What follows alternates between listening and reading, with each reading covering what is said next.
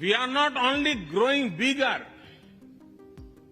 but we are also growing faster. When India grows, the whole world grows.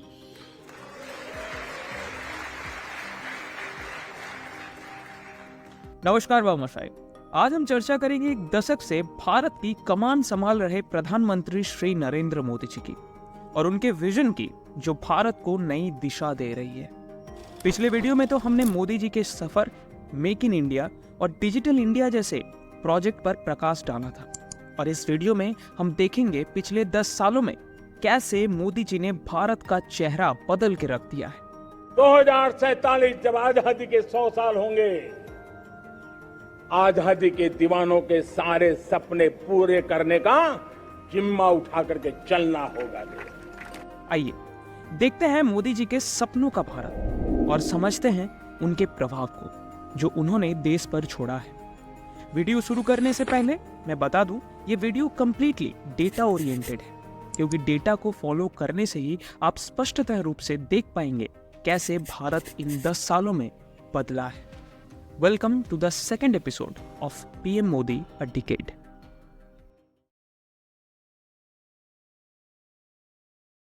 दोस्तों, जब देश की बात हो और बात इकोनॉमी पर ना आए तो कैसे हो सकता है। पहले हम देखेंगे भारत कैसे आर्थिक समृद्धि की दिशा में जा रहा है। इकोनॉमिक ग्रोथ की ये कहानी है सुधार, प्रगति और चुनौतियों की, जो हमारे प्रधानमंत्री श्री नरेंद्र मोदी जी के नेतृत्व में लिखी जा रही है। मोदी सरकार के आने के बाद भारत की जीडीपी ग्रोथ रेट में कई उतार चढ़ाव देखे गए हैं। 2017 में ये दर 8.2% तक पहुंच गया था, जो मोदी सरकार के अंतर्गत सबसे अधिक था।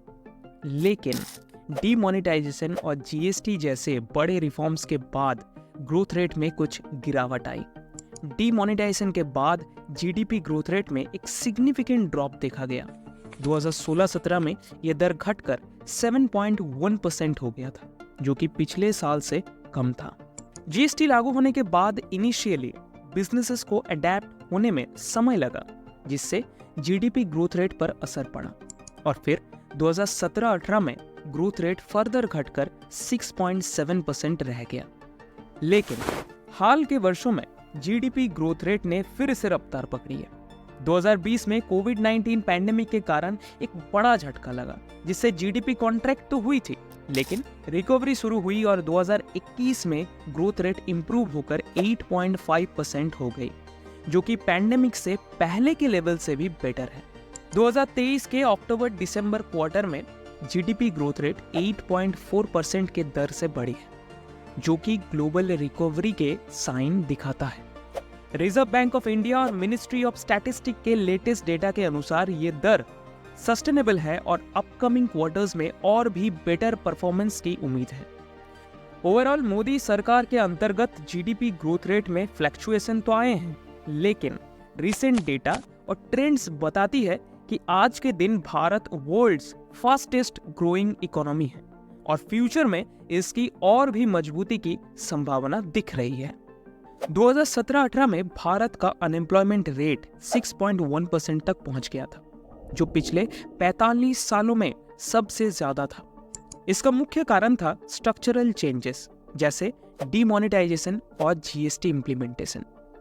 डीमोनेटाइजेशन के तुरंत बाद कई इनफॉर्मल सेक्टर्स में जॉब्स चली गई, जिसने अनएम्प्लॉयमेंट रेट को बढ़ा दिया। जीएसटी लागू होने के बाद स्मॉल और मीडियम बिजनेसेस को अडेप्ट करने में समय लगा, जिसने टेम्पोररीली एम्प्लॉयमेंट पर असर डाला। लेकिन सरकार के अनुसार 2017-18 से 2020-21 के बीच में टोटल एम्प्लॉयमेंट में 8 करोड़ 40 लाख की वृद्धि हुई है, जो कि सरकार द्वारा कई सेक्टर्स में रोजगार सृजन की दिशा में उठाए गए कदम को दिखाती है। 2022 तक इंडिया का अनएम्प्लॉयमेंट रेट घटकर 4.8% हो गया, जो कि एक पॉजिटिव साइन है। आजकल यूथ अनएम्प्लॉयमेंट भी एक चुनौती बनकर उभर रहा है, जहां 20 से 24 साल के एज ग्रुप में अनएम्प्लॉयमेंट रेट 44.49% तक पहुंच गया है। रिसेंट वेदर पैटर्न्स ने एग्रीकल्चर सेक्टर में लेबर डिमांड को बढ़ावा दिया है, जिससे रूरल एम्प्लॉयमेंट में सुधार हुआ है। वर्ल्ड बैंक और ट्रेडिंग इकोनॉमिक्स के डेटा के अनुसार मीडियम टर्म में भारत की एम्प्लॉयमेंट ग्रोथ स्टेबल रही है और फ्यूचर में इसमें और सुधार की संभावनाएं हैं। ओवरऑल भारत में रोजगार के मामले में फ्लैक्चुएशन तो आए हैं, लेकिन रिसेंट डेटा और ट्रेंड्स बताते हैं कि एम्प्लॉयमेंट सिनारियो सुधर रहा है और सरकार के एफर्ट से पॉजिटिव आउटकम दिखने को मिल रहे हैं। मेक इन इंडिया इनिशिएटिव के तहत मैन्युफैक्चरिंग सेक्टर को एक नई ऊंचाई पर ले जाने का लक्ष्य रखा गया है। इस इनिशिएटिव का उद्देश्य है कि एफडीआई यानी कि फॉरेन डायरेक्ट इन्वेस्टमेंट को कई इंपॉर्टेंट क्षेत्रों में बढ़ावा देना और भारत को एक ग्लोबल मैन्युफैक्चरिंग हब के रूप में स्थापित करना। मेक इन इंडिया ने एफडीआई में खासी वृद्धि की है। 2021-22 में मैन्युफैक्चरिंग सेक्टर ने $21.34 बिलियन का एफडीआई प्राप्त किया, जो पिछले वर्ष से 76% अधिक है। लक्ष्य था कि 2022 तक 10 करोड़ मैन्युफैक्चरिंग जॉब्स सृजित की जाएंगी, लेकिन कुछ रिपोर्ट्स के अनुसार मैन्युफैक्चरिंग जॉब्स में कमी देखी गई है, जो कि ग्लोबल इकोनॉमिक कंडीशंस और डोमेस्टिक चैलेंजेस के कारण हो सकती है। एक्सपोर्ट्स के मामले में भारत की एक्सपोर्ट्स जनवरी 2024 में 3.2% की वृद्धि के साथ $36.92 बिलियन तक पहुंच गई है। ये दिखाती है कि भारत की एक्सपोर्ट लगभग $300 बिलियन के आसपास है, लेकिन धीरे धीरे वृद्धि की ओर अग्रसर है। मेक इन इंडिया इनिशिएटिव ने मैन्युफैक्चरिंग सेक्टर और एफडीआई को नया जीवन दिया है, लेकिन मैन्युफैक्चरिंग जॉब्स और एक्सपोर्ट के मामले में अभी भी कई चैलेंजेस हैं। सरकार और इंडस्ट्री को मिलकर इन चैलेंजेस का समाधान ढूंढना होगा ताकि भारत को सच में एक ग्लोबल मैन्युफैक्चरिंग हब बनाया जा सके।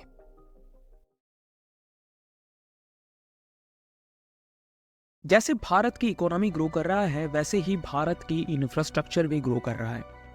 आज यहां बड़े बड़े एक्सप्रेसवे, नए नए रेलवे रूट, नए नए एयरपोर्ट्स का निर्माण किया जा रहा है। दोस्तों, इंडियन रेलवेज ने हाल ही में कई महत्वपूर्ण विकास किए हैं। पिछले 10 सालों में 25,000 किलोमीटर से भी ज्यादा की नई पटरियां बिछाई गई हैं और 94% रेलवे लाइंस को इलेक्ट्रीफाई किया गया है। इसके अलावा यूनियन कैबिनेट ने हाल ही में 32,500 करोड़ की लागत से 7 नए रेल प्रोजेक्ट के लिए मंजूरी दी है, जिससे 2,339 किलोमीटर की कनेक्टिविटी बढ़ेगी और ये प्रोजेक्ट 35 जिले को एक साथ जोड़ेगा। वंदे भारत एक्सप्रेस जैसे सेमी हाई स्पीड ट्रेन्स ने सफर को और भी आसान और भी तेज बनाया है। अब तक 41 वंदे भारत ट्रेन्स का सक्सेसफुल परिचालन किया जा चुका है। ये trains air conditioned chair car service प्रदान करती हैं और शहरों के बीच की दूरी को कम समय में तय करते हैं। भारत सरकार की one station one product scheme के तहत 1129 स्टेशन पर 1250 आउटलेट्स स्थापित किए गए हैं, जिससे स्थानीय उत्पादों को बढ़ावा मिला है और यात्रियों को बेहतर सुविधाएं प्राप्त हुई हैं। ये सभी उपलब्धियां इंडियन रेलवेज को एक नए युग में ले जा रही है, जहां यात्रा न केवल तेज है बल्कि अधिक सुखद और समृद्ध भी है। भारतमाला परियोजना के अंतर्गत फेज 1 में 34,800 किलोमीटर की लंबाई के नेशनल हाईवेज का विकास किया जा रहा है। दिसंबर 2023 तक 26,418 किलोमीटर, लगभग 76% की प्रोजेक्ट्स के लिए कंस्ट्रक्शन का अवार्ड दिया जा चुका है और 15,549 किलोमीटर की सड़क का निर्माण पूरा हो चुका है। इस योजना के तहत economic corridors, national corridor efficiency improvement, border and international connectivity roads, coastal and port connectivity roads और एक्सप्रेसवेज का विकास किया जा रहा है। पीएम गति शक्ति योजना, जो कि एक 100 लाख करोड़ की मेगा प्रोजेक्ट है, इसका उद्देश्य इंफ्रास्ट्रक्चर प्रोजेक्ट्स में समन्वय और समयबद्ध कार्यों को बढ़ावा देना है। ये योजना 16 मिनिस्ट्रीज और डिपार्टमेंट्स को एक साथ लाकर एक डिजिटल प्लेटफॉर्म पर इंटीग्रेटेड प्लानिंग और कोऑर्डिनेटेड इंप्लीमेंटेशन को सुविधाजनक बनाती है। अब सरकारें, सभी विभाग अपने अपने हिस्से का काम एडवांस में प्लान कर रहे हैं। इसमें सागरमाला, भारतमाला, उड़ान स्कीम, इनलैंड वाटरवेज और इकोनॉमिक जोन्स जैसे pharmaceutical clusters, textile clusters, defence corridors, industrial corridors, electronic parks, fishing clusters और एग्री जोन्स शामिल है। ये योजना मल्टी मॉडल लॉजिस्टिक पार्क्स और पैसेंजर इंटरमॉडल स्टेशन के विकास के माध्यम से माल और यात्रियों की आवागमन को सुधारने का लक्ष्य रखती है। इन दोनों योजनाओं के माध्यम से भारत के इंफ्रास्ट्रक्चर को एक नई दिशा और गति प्रदान की जा रही है, जिससे देश की अर्थव्यवस्था और विकास को नया बल मिलेगा। सागरमाला परियोजना के अंतर्गत भारत के 7,516 किलोमीटर लंबी कोस्टलाइन पर हॉलिस्टिक पोर्ट इंफ्रास्ट्रक्चर डेवलपमेंट की दिशा में कई इंपॉर्टेंट कदम उठाए गए हैं। इस परियोजना के माध्यम से 1049 प्रोजेक्ट्स की पहचान की गई है, जिसका अनुमानित लागत 3,62,000 करोड़ से भी अधिक है। इसमें port modernisation, new port development, port connectivity enhancement, port led industrialisation और कोस्टल कम्युनिटी डेवलपमेंट शामिल है। सागरमाला के तहत 800 से अधिक प्रोजेक्ट को पहचान कर उन्हें इम्प्लीमेंटेशन के लिए 5.48 लाख करोड़ का अनुमानित निवेश किया गया है। इनलैंड वाटरवेज के विकास के लिए नेशनल वाटरवे 1 को India's first modern inland waterway के रूप में विकसित किया जा रहा है, जो हल्दिया से वाराणसी तक 1360 किलोमीटर की दूरी को कवर करता है। इस प्रोजेक्ट के माध्यम से बिहार और यूपी से कार्गो को मुंबई और गुजरात की बजाय कोलकाता हल्दिया कॉम्प्लेक्स तक पहुंचाने में लॉजिस्टिक कॉस्ट को काफी हद तक कम किया जा सकता है। ये प्रोजेक्ट भारत के ट्रेड और ट्रांसपोर्टेशन को नए आयाम तक ले जाने के लिए इम्पोर्टेंट कदम है, जो न केवल कॉस्ट को कम करता है बल्कि सस्टेनेबल डेवलपमेंट और एम्प्लॉयमेंट अपॉर्चुनिटीज को भी बढ़ावा देता है। जो सामान्य व्यक्ति हवाई चप्पल पहन करके घूमता है, वो मुझे हवाई जहाज में दिखना चाहिए, ये मेरा सपना है। भारत के सिविल एविएशन सेक्टर में विशेष रूप से क्रांति देखी गई है। पिछले कुछ वर्षों में एयरपोर्ट्स और फ्लाइट रूट्स का काफी विस्तार हुआ है, जो देश की इकोनॉमिक ग्रोथ और एक्सेसिबिलिटी को बढ़ा रहा है। 148 ऑपरेशनल एयरपोर्ट्स के साथ भारत अब दुनिया का तीसरा सबसे बड़ा डोमेस्टिक एविएशन मार्केट बन गया है। सरकार ने अगले 5 वर्षों में 220 एयरपोर्ट्स को विकसित और ऑपरेशनल करने का लक्ष्य रखा। इसके अलावा revival of unserved and underserved airports scheme के तहत 2024 तक 100 unserved and underserved airports helipads का पुनरुद्धार और विकास किया जा रहा है। एयरपोर्ट अथॉरिटी ऑफ इंडिया और अन्य एयरपोर्ट डेवलपर्स ने अगले 5 वर्षों में लगभग 98,000 करोड़ की कैपिटल एक्सपेंडिचर के साथ नए और मौजूदा एयरपोर्ट्स का विकास शुरू किया है।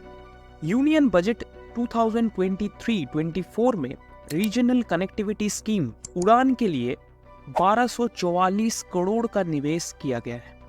नेशनल सिविल एविएशन पॉलिसी के तहत एयरपोर्ट इंफ्रास्ट्रक्चर के विकास, टैक्सेस में कमी और रेगुलेशन को सरल बनाने के लिए इंसेंटिव्स प्रदान किए जा रहे हैं। ये सभी पहल भारत के सिविल एविएशन सेक्टर को नए ऊंचाइयों तक ले जा रही है, जिससे न केवल यात्रा सुविधाजनक हो रही है बल्कि देश की आर्थिक प्रगति को भी गति मिलती जा रही है।